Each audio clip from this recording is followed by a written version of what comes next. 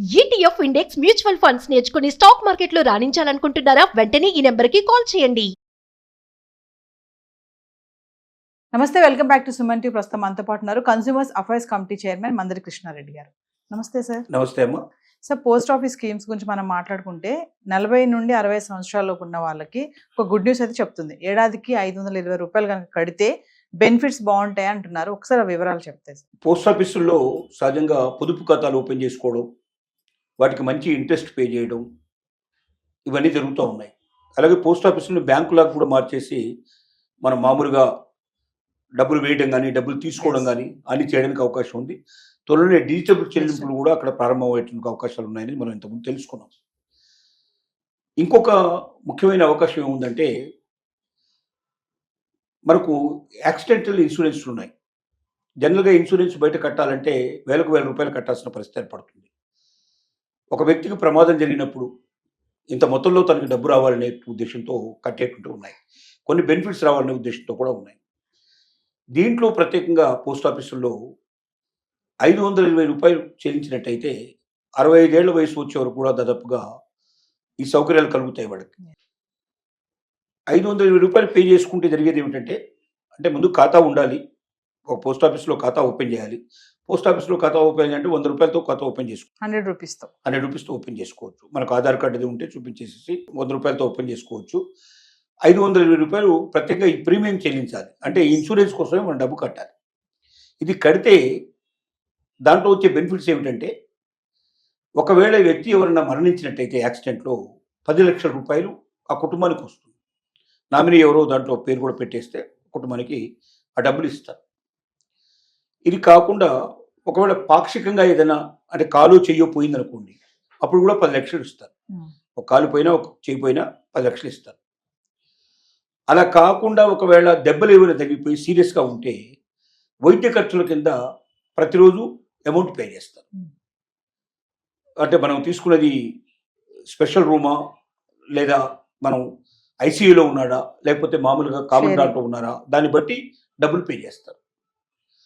తర్వాత పిల్లల చదువుల కోసం, అంటే చనిపోయినట్టయితే ఒక వ్యక్తి చనిపోయినట్టయితే 20 ఏళ్ల లోపల 23 ఏళ్ల లోపల ఉండే పిల్లలు ఎవరైనా చదువుకుంటూ ఉన్నట్టయితే వాళ్ళకి 1,00,000 రూపాయల వరకు కూడా సాయం అందేటువంటి అవకాశాలు ఉన్నాయి.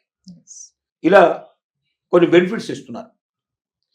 అలాగే డబ్బు ఎక్కువ ఉన్నట్టయితే ఇంకా కొంచెం ఎక్కువ పే చేసుకోగలిగితే 520 బదులుగా 775 రూపాయలు పే చేసుకోగలిగితే 10 లక్షల బదులుగా 15 లక్షల రూపాయలు చనిపోయిన సందర్భంలో, యాక్సిడెంట్ అయి చనిపోయిన సందర్భంలో 15 లక్షలు కానీ, లేకపోతే కాలు చెయ్యో పోయినప్పుడు కూడా, అంగవైకల్యం సంభవించినప్పుడు కూడా 15 లక్షల రూపాయలు ఇవ్వడం కానీ జరుగుతుంది.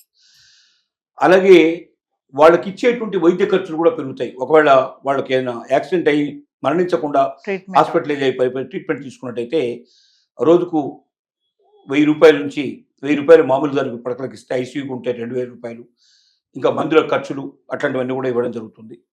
అలాగే పిల్లల చదువులకు సంబంధించిన, వివాహానికి సంబంధించిన దాంట్లో కూడా కొంత హెల్ప్ చేస్తారు.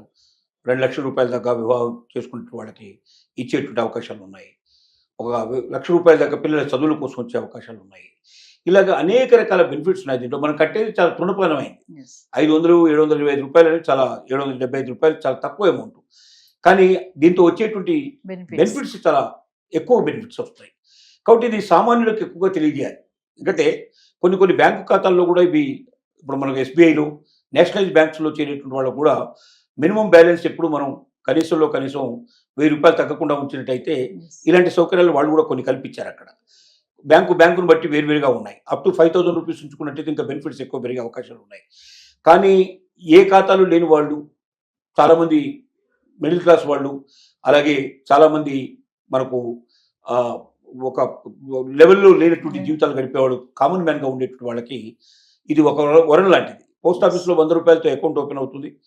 ఒక 520 రూపాయలు పే చేసుకున్నట్టయితే 10 లక్షల రూపాయల దాకా వస్తుంది. అంటే ఒక ఇంటి పెద్ద మరణించినప్పుడు ఆ ఇల్లు గడవడం చాలా కష్టం అవుతుంది. అది మరి సంవత్సరం అంతా రోడ్డు మీద పడాల్సిన పరిస్థితి ఏర్పడుతుంది. ఎందుకంటే రెక్కాడితే డొక్కాడినటువంటి కుటుంబాలు చాలా ఉన్నాయి. అలాంటి సామాన్యమైన కుటుంబాలకి ఇది ఒక గొప్ప వరం లాంటిది.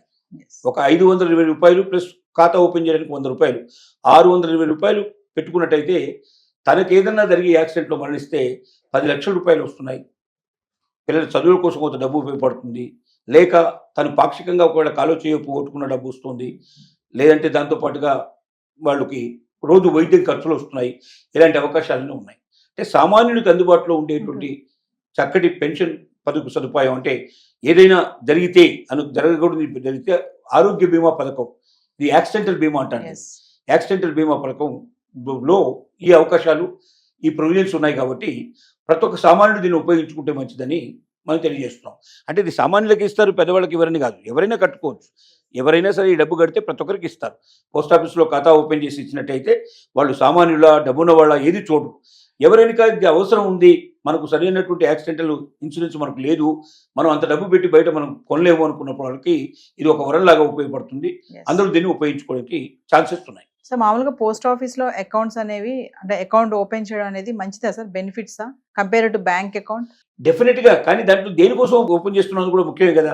ఇప్పుడు ఇన్సూరెన్స్ కోసం ఓపెన్ చేసేటైతే 500 రూపాయలు ప్రత్యేకంగా కట్టాలి. అంటే 100 రూపాయలు పెట్టి అకౌంట్ ఓపెన్ చేయొచ్చు మినిమం. అంటే 10,000 ఓపెన్ చేయొచ్చు, 20,000 మన ఇష్టం. కానీ మినిమం 100 రూపాయలు నా పెట్టి అకౌంట్ ఓపెన్ చేసుకోండి. మీకు బ్యాంకులో ఎక్కడైనా సరే 100 రూపాయలకి అకౌంట్ ఓపెన్ కాదు. కనీసం 1000 రూపాయలు, 1,500, 5,000 పైన ఉండేట్టు ఓపెన్ అవుతుందా, లేకపోతే ఓపెన్ కాదు. ప్రొసీజర్ కూడా చాలా దీర్ఘంగా ఉంటుంది, బ్యాంకు లోపల కొద్దిగా కఠినంగా ఉంటుంది. ఇక్కడ ఏమి ఉండదు. ఒక ఆధార్ కార్డు ఉండి 100 రూపాయలు తీసుకొని పెడితే మీకు 10 నిమిషాల్లో అకౌంట్ ఓపెన్ చేసేస్తారు. అకౌంట్ ఓపెన్ తర్వాత మీరు కావాలంటే డబ్బులు దాచుకోవచ్చు, డబ్బులు తీసుకోవచ్చు దాంట్లోంచి, లేదా మీరు దాంట్లో మీరు డిపాజిట్ చేసుకోవచ్చు, అంటే ఫిక్స్డ్ డిపాజిట్ చేసుకోవచ్చు. దాని మీద వడ్డీ ఎక్కువ వస్తుంది.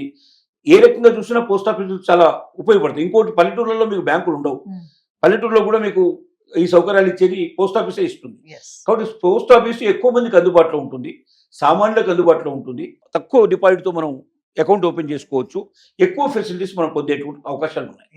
Thank you.